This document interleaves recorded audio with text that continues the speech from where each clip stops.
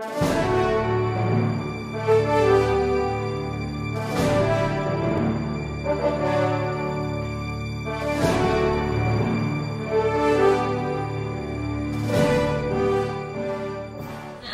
ginadoubt, nagkaroon ng doubt sa authenticity ng PS Bank documents that you attached to the request for subpoena.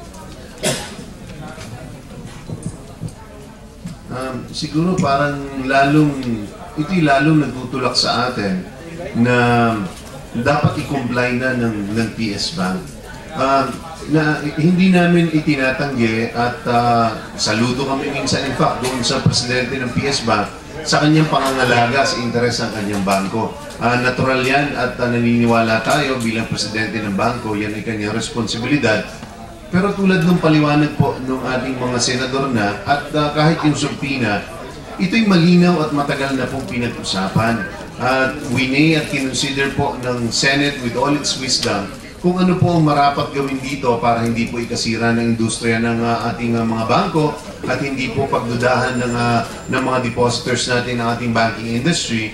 They made that conscious decision simply because the Senate as an impeachment court was exercising or carrying out the highest of its constitutional duties, which is an impeachment court, to hold the Chief Justice accountable. Tiningnan nila na napakabigat ng responsableng ito na in spite of the potential risks or even yung mga bank secrecy na malinaw naman nagpo-provide na exception, ay itinuloy pa rin nila. We hope that today the Senate has made its position clear.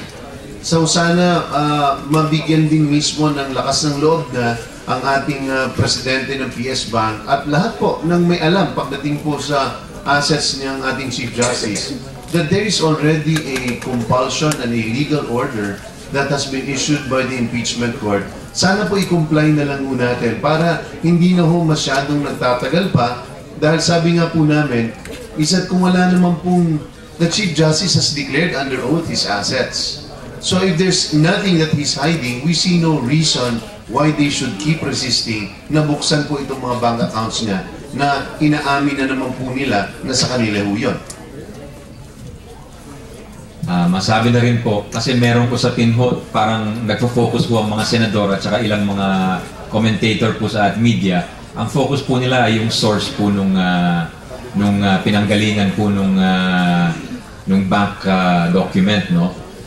Parang ang conclusion kasi ng karamihan ay pag illegal po ang pinanggalingan nung source ay hindi na pwedeng ipresenta sa korte. Parang automatic na po yung, parang ina-assume po natin na ganun nga ho ang case, no? Pero may decision po ang Korte Suprema in 2006, yung Ejercito versus Sandigan Bayan, at ang sabi naman ho nila, although nga sa bank secrecy, pinaparusahan po ang naglabas po ng impormasyon tungkol sa bank accounts sapagkat ito ay bawal sa ilalim ng bank secrecy, hindi naman po automatic na hindi natin pwedeng ipresenta yung ebidensyang yun.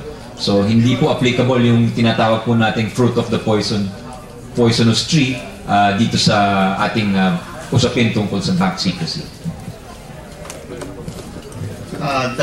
Dagdag rin, no, maliwanag naman po na pag tinatanong po ni Senator Judge Enrile si President Garcia na hindi confident si President Garcia sa kanyang mga sagot dahil maliwanag pag tinatanong siya tungkol sa accounts, whether they exist or not, ang sagot niya, it exists. And he cannot explain why those account numbers were furnished to the impeachment tribunal, and yet he's saying, the president of the bank saying that he is not sure whether these documents are real or not. No? So you can see that I think the president of the bank is wavering in certain aspects. Pero just the same, we understand where the president of the bank is coming from. And I think Senator Alan had already provided a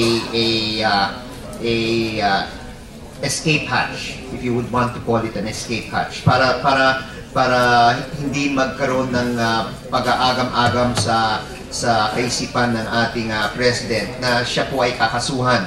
No? Ayon po sa Revised Penal Code, Article 11, no? Kung it is about justifying circumstances, kung merong isang lawful order na manggaling po sa isang korte na dapat gawin ng isang tao, that will be enough to clear him of any criminal liability. So yan po yung paulit-ulit po nating sinasabi, dahil sabi nga rin po nga ni Senator Alan, at ito yung sinabi po kahapon, we would be put in a absurd situation nga, no? Yung mga tao na gumagawa ng masama, no? Dito sa ating bansa, ililipat lang po nila yung mga deposito na sa dollar account at hindi na masisilip po yan. At yun po ang kailangan po natin na pag-ingatan. No? Anong mangyayari po sa pananagutan, anong mangyayari po sa accountability ng mga high officials natin at ordinary government officials who would like to take advantage of the law, no, for their own purposes. So ito yung kailangan pag-ingatan natin dito sa impeachment trial. Siguro linawin din namin panghuli doon sa malinaw, no? Hindi tayo privy doon sa mga naging discussions or caucuses ng mga senador, pero para nabibigyan tayo ng pagsilip o isang bintana kanina kung ano mga pinag-usapan nila doon sa malinaw na pagpapaliwanag po ni Senator Alan Cayetano, na sinasabi nga natin dito na sana buksan yung isipan ng ating PS Bank President, na hindi siya hinihingan na i-violate ang bank secrecy law. Malinaw na malinaw pagdating sa Foreign Currency Deposit Act, na talagang pag tinignan mo yung lumang batas na yun, ay halos walang exception ay binibigay, kundi isa lang, with the consent of the owner. A written consent na nanggagaling dun sa owner ay papayagan. Pero malinaw na kahit sa diskusyon nila, at sinasabi na po dun sa presidente ng PS Bank, that even with such clarity in the law, ay ang Supreme Court mismo ay nag-decide pa rin that no, these are not the only exceptions. Because kailangan natin tingnan yung tunay na intention nung batas na ito nung sinagawa ito. And they provided that exception in salvation. So, kung ang Korte Suprema ay kaya pong makapagbigay ng malinaw na exception despite the clarity of the law na sinasabi halos ng batas na wala itong exception, stricto tayo dito, and yet the Supreme Court in salvation case gave that exception, sinasabi ni Senator Alan na kung ang Supreme Court kayang magbigay na exception despite that seeming absence of any other interpretation, ginawa rin ng Senate Impeachment Court yon, na we have provided for a clear exception in this case where we feel like the matter of impeachment and accountability is far too important, especially if we have reasonable grounds to believe that there are personal assets including cash na itinatago at ikinubli ng ating Chief Justice sa kanyang salin. So tingin ko sana maging bukas ang PS Bank pagdating ho dyan. Nire-respeto po natin ang kanilang posisyon, but this is beyond the interest of any single corporation. People will understand the bank, I am sure, will even become stronger if they know, if their clients know and the public knows that they will follow a legitimate order coming from a legitimate source, which is the impeachment court. Pag sinunod po nila yan, naniniwala kami masahanga pa ang kanilang mga depositors, masahanga pa ang publiko dahil sinusunod po nila ang batas.